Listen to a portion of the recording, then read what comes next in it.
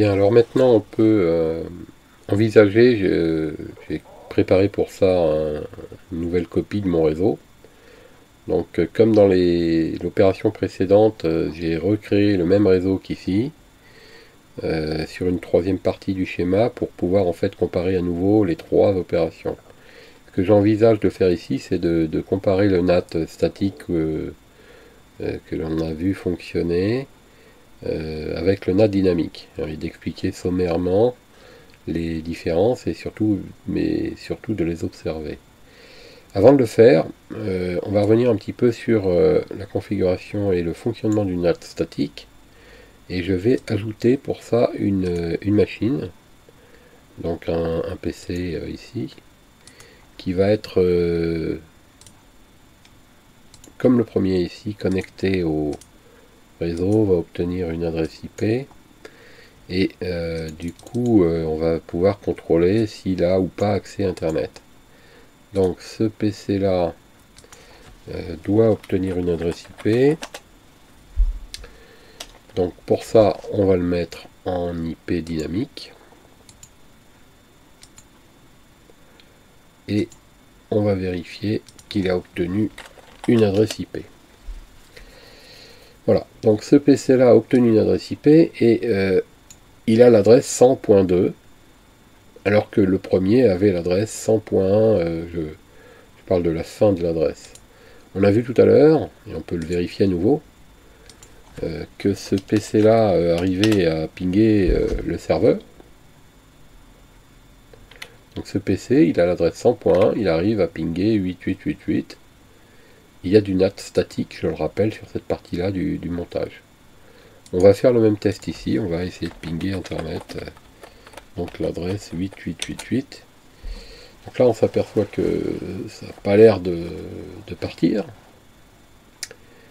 Ça met une erreur.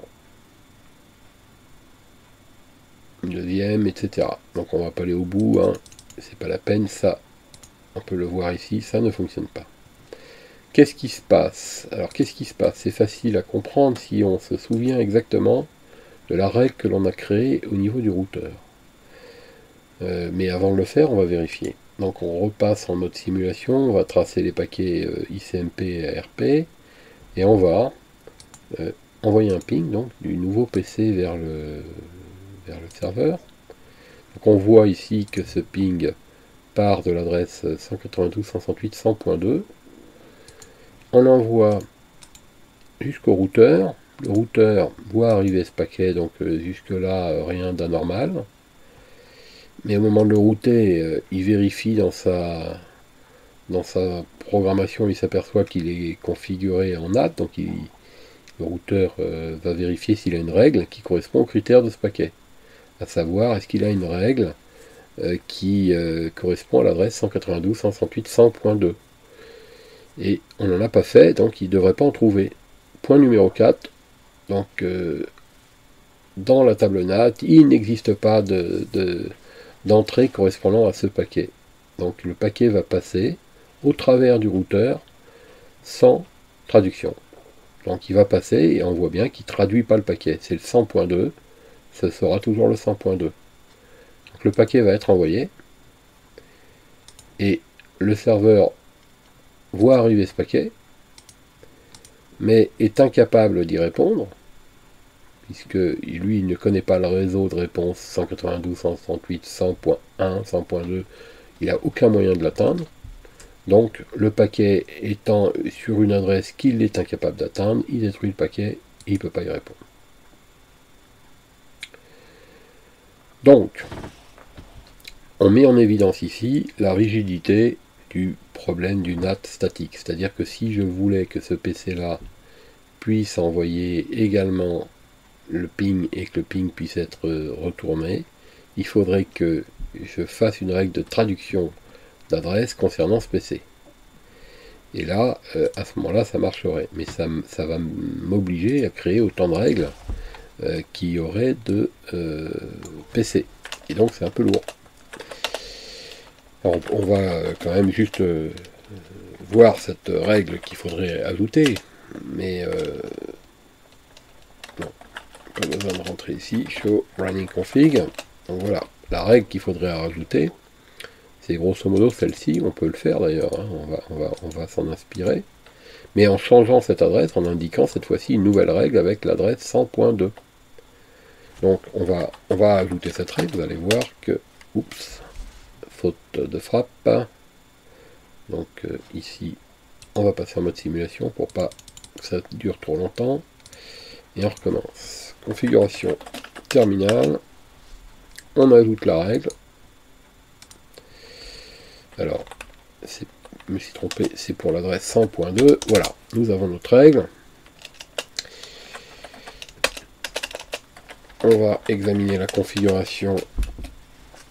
On voit bien cette fois-ci l'ancienne règle qui était ici, qui marche bien, qui a déjà été utilisée. Puis cette nouvelle règle qu'on va pouvoir tester maintenant, mais qui doit correspondre à ce PC-là.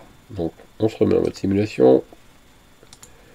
On envoie un ping du PC numéro 2, ici, on l'envoie ici, on vérifie, on va juste s'intéresser au routeur, on voit bien que le PC numéro 2, 100.2, envoie vers le serveur, et on voit bien ici la traduction d'adresse. Donc on voit bien au point numéro 4 que la table NAT possède une entrée qui correspond à cette adresse IP statique. Du coup, il traduit. Et alors il traduit et ça fonctionne. Le serveur peut répondre et ça fonctionne tout à fait normalement et correctement. Mais on imagine bien que c'est pas la solution dès lors qu'on aura plusieurs PC qui doivent accéder à Internet, c'est-à-dire dans la plupart des cas en fait. Donc cette fonctionnalité qui associe des règles statiques, c'est pas idéal, c'est vraiment pas utilisable dans le cadre où on veut mettre en place un partage de connexion Internet. Et la plupart des cas, on est obligé de faire ça. On le fait systématiquement sur les box, par exemple. Partage de connexion Internet. Donc là, c'est pas possible de l'envisager avec cette technique-là. Donc c'est pourquoi on va passer au NAT dynamique. Alors le NAT dynamique, on va reprendre la même base de schéma. J'ai supprimé la configuration NAT du nouveau routeur. Donc il n'a plus de configuration NAT. J'ai juste conservé la désignation des interfaces d'entrée et de sortie, inside, outside, mais j'ai aucune règle NAT. Donc on va configurer le NAT dynamique. Alors là, deux techniques, deux méthodes, deux possibilités. Soit on crée, et ça j'en ai parlé sommairement déjà dans le début de la présentation précédente, mais vous pouvez avoir toutes les informations sur les documents qui accompagnent en fait cette présentation pour bien comprendre l'intérêt. On peut utiliser un pool d'adresses qui serait en fait associé à cette interface là. Un pool, c'est une réserve, c'est-à-dire un ensemble d'adresses qui se suivent. Cet ensemble proviendrait du fournisseur d'accès Internet qui, lors de notre abonnement, nous permet d'utiliser non pas une, mais plusieurs adresses. Et ça forme donc ce pool d'adresses. Le but étant qu'on ait non pas une, mais plusieurs adresses qui nous permettent de faire plusieurs choses, et par exemple de la répartition de charges. On répartit sur plusieurs connexions au lieu d'une seule connexion, chaque connexion ayant une adresse. Mais nous ici, soit on fait comme ça, donc, pool d'adresses, ou soit on continue d'utiliser une seule adresse, celle qu'on a positionnée ici, et tout ce qui va sortir utilisera cette même adresse. C'est généralement cette deuxième solution qui est utilisée, par exemple c'est le cas des box internet classiques qu'on trouve chez les différents fournisseurs d'accès. Ça veut dire qu'en fait, tout ce qui sort par ce routeur a son adresse source écrasée, on peut utiliser ce mot, par celle qui correspond à la patte de sortie, ici. Et ce qui est intéressant, c'est que justement, même si on ne connaît pas l'adresse ici, qu'elle est susceptible de changer, et c'est souvent le cas aujourd'hui, notamment les fournisseurs d'accès, la plupart ne fournissent pas d'IP fixe ici, donc on peut changer. Donc du coup, si on applique une règle qui nous oblige à désigner l'adresse IP, elle pourrait devenir caduque dès lors que l'adresse change. Si on applique une règle qui permet d'écraser l'adresse source par l'adresse IP de cette carte en disant simplement l'adresse de cette carte et non pas en la désignant par son adresse, et bien, quelle que soit l'adresse de cette carte, ça fonctionnera. Donc, et c'est donc cette deuxième technique qu'on va examiner ici pour commencer. Elle est la plus répandue. Donc, pour faire ça, c'est très très simple. Mais néanmoins, il faut préparer une règle pour pouvoir établir une autorisation de passage. Parce que cette opération ici nous oblige à remplacer une adresse par une autre. C'est le principe du NAT. Mais elle se fait de manière dynamique. On dit qu'on est en NAT dynamique dans ce cas-là. Et pour faire ça, cette opération doit être effectuée par le routeur. Il le fait sous condition de filtrage. C'est-à-dire qu'avant de faire ça, il faut commencer par créer une liste de machines qui vont subir ce filtrage. Donc, on va le faire... on va commencer par là. Alors, la liste, elle servira à désigner les machines qui sont sur le côté privé, c'est-à-dire ici le réseau. Donc, c'est très simple.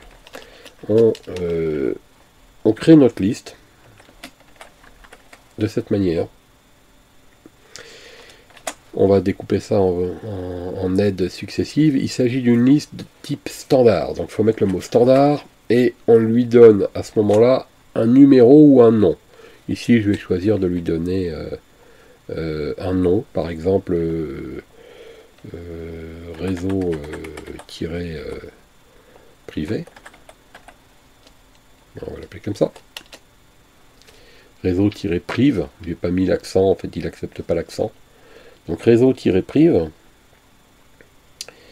Et vous voyez, dès que je fais entrer, en fait, j'ai le prompt qui change, qui rentre en édition. Et là-dedans, qu'est-ce que je peux faire? Je peux refuser, deny, ou autoriser, permettre. Puis d'autres choses qui ne m'intéressent pas ici, par exemple mettre des commentaires. Donc moi je vais autoriser. Je vais autoriser en fait mon réseau global en le nommant précisément. Alors, je peux le faire de deux manières, même trois manières. Je peux désigner une machine avec l'option host. Je peux désigner une adresse IP. Si je ne mets pas le masque, il va prendre le réseau. Si je mets le masque, il va calculer et prendre la machine qui correspond. Si je mets any, j'accepte tout le monde. Alors, si on fait ça, c'est la règle de facilité. Mais attention, parce que votre routeur va avoir une opération de contrôle sur l'intégralité des adresses à réaliser en permanence et le processeur va être monopolisé pour ça. Du coup, ça va ralentir. Donc si on fait ça, on n'est pas optimum au niveau de la performance.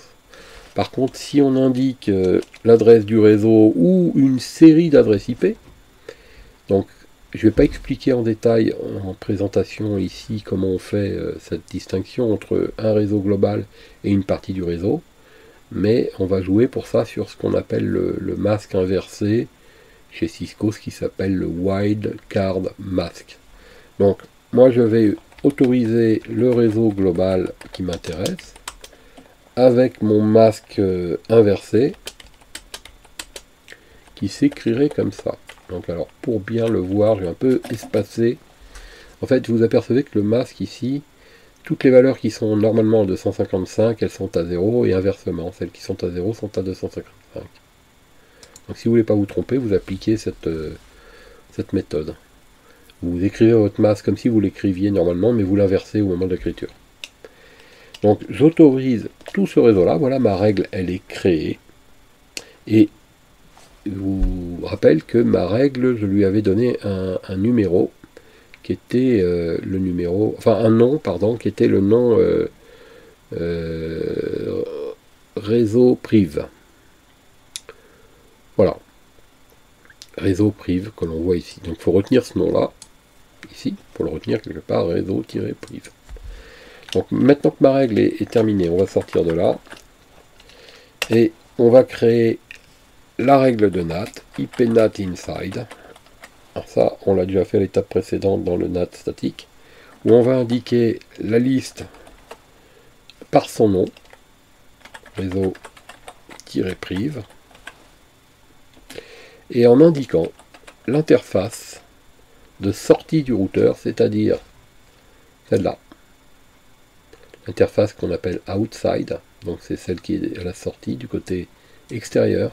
Donc il faut donner son nom et non pas son IP. Donc Fast Ethernet 0.1. Et en indiquant que sur cette interface, on applique l'écrasement de l'adresse IP, overload, la surcharge. Voilà, donc je répète la règle. Donc ici, jusque-là, tout est déjà expliqué, déjà dit auparavant. Le nom de la règle qui a permis de sélectionner le réseau que l'on veut traiter. Donc ça, c'est au moment où on a créé la règle tout à l'heure, on a donné le nom réseau prive. Alors vous voyez, là je me suis trompé, j'ai pas fait attention, c'est pas volontaire. J'ai écrit réseau rive. Du coup, ça va rien faire, ça va pas fonctionner. Parce que il peut pas être en mesure de faire le test. Il peut pas me dire cette règle n'existe pas. Donc il va rien se passer. J'ai fait une faute de frappe et tout simplement cette faute de frappe va avoir comme conséquence de ne pas fonctionner. Alors plutôt que d'aller plus loin, je vais annuler cette règle, ça va être beaucoup plus simple et je vais la refaire correctement. Donc pour annuler, on retape mais on précède du mot no pour annuler. Et à nouveau, on retape notre règle, mais cette fois-ci, on corrige là où on avait fait la faute éventuelle. Donc je continue du coup mon explication. La règle s'adresse à la liste qui correspond à l'étiquette réseau prive et elle s'applique sur l'interface FA01 qui doit être celle qui est située à la sortie. Et qu'est-ce que fait cette règle? Elle écrase l'adresse IP. Donc c'est une règle qui agit sur IP. Elle écrase par l'adresse de cette carte-là. FA01. Donc voilà, notre règle est faite. On va revenir au début. On va faire un show running config. On va pouvoir voir notre règle ici. Un petit coup d'œil pour vérifier une dernière fois qu'on a bien distingué nos interfaces intérieures et extérieures, qu'on ne s'est pas trompé. Ici, plus bas, on voit apparaître notre règle qui s'appelle réseau prive. Un petit coup d'œil ici pour bien voir si on est en cohérence ici et là. Et si on a bien autorisé l'adresse réseau global avec le principe du masque inversé qu'on a vu tout à l'heure. Donc ici, pas d'erreur. On va sauvegarder cette configuration. Et on va passer au test. Donc, on se met en mode simulation. On vérifie qu'on a sélectionné les protocoles ARP ICMP. On envoie un ping du PC vers le serveur. C'est un nouveau schéma réseau qui n'a jamais été utilisé. Le ping ne peut pas partir tant que la requête ARP n'a pas identifié l'adresse MAC du routeur. Petite enveloppe verte. On la fait circuler, revenir. Le ping va pouvoir partir. Petite enveloppe rouge. On l'examine. Donc, on ne peut pas examiner tant qu'il y a toujours la requête ARP. Je me suis déjà expliqué là-dessus. On envoie notre ping. On va l'examiner ici. On s'aperçoit qu'il est supprimé. À nouveau, le phénomène s'explique par le fait que ce routeur est tout neuf, entre guillemets. Ça veut dire qu'il n'a jamais travaillé, il ne connaît pas ce PC-là. Or, il doit lui remettre un paquet. Donc, s'il ne le connaît pas et qu'il doit lui remettre un paquet, il faut qu'il fasse une requête ARP, petite enveloppe verte. Donc, on va laisser l'enveloppe verte se faire. Et on va s'arrêter ici. On va annuler la suite. On voit bien que ça a fonctionné. Mais mon ping, lui, a échoué. Donc, fail. On recommence. Cette fois-ci, en toute logique, ça doit fonctionner. Petite enveloppe violette, on regarde ici. La source est 100.1, le PC, il s'adresse à 88888, le serveur. On envoie jusqu'au routeur. On regarde ce qui arrive en entrée. C'est bien le message du PC qui va vers le serveur. On regarde après routage ce que fait le PC, enfin le routeur. Il nous dit au point numéro 4 que il correspond à ce paquet un critère dans une liste et qui va créer donc une nouvelle entrée dans une petite table de mémoire, donc pour se souvenir de l'opération qu'il est en train d'effectuer. Donc il crée une petite table de transfert d'informations et il traduit au point numéro 5 notre information d'une adresse globale vers une adresse extérieure. En envoi, on voit bien que le paquet atteint le serveur voit bien un paquet arriver du routeur, il y a bien eu traduction d'adresse, il envoie donc au routeur la réponse du paquet. On vérifie, le routeur voit arriver le paquet, il ne se passe rien, le paquet est modifié par le routeur qui transmet au PC et qui accepte la traduction. Pour le PC, il ne s'est rien passé, c'est bien le serveur qui lui a répondu. Alors la conclusion provisoire de cette étape, c'est que le NAT dynamique offre beaucoup plus de souplesse que le NAT statique, parce qu'une seule règle va pouvoir satisfaire à plusieurs PC. On va pouvoir rajouter d'autres PC sans modifier quoi que ce soit, et tous ces ordinateurs vont profiter de cette règle, qui est commune à autant de PC. Alors il faut rester raisonnable sur le nombre de PC qu'on va ajouter, mais cette règle va satisfaire aux besoins d'un ensemble de machines. Voilà. La prochaine étape, ça va être donc de rajouter maintenant une branche réseau et de vérifier que notre NAT s'applique sur d'autres parties de notre architecture réseau.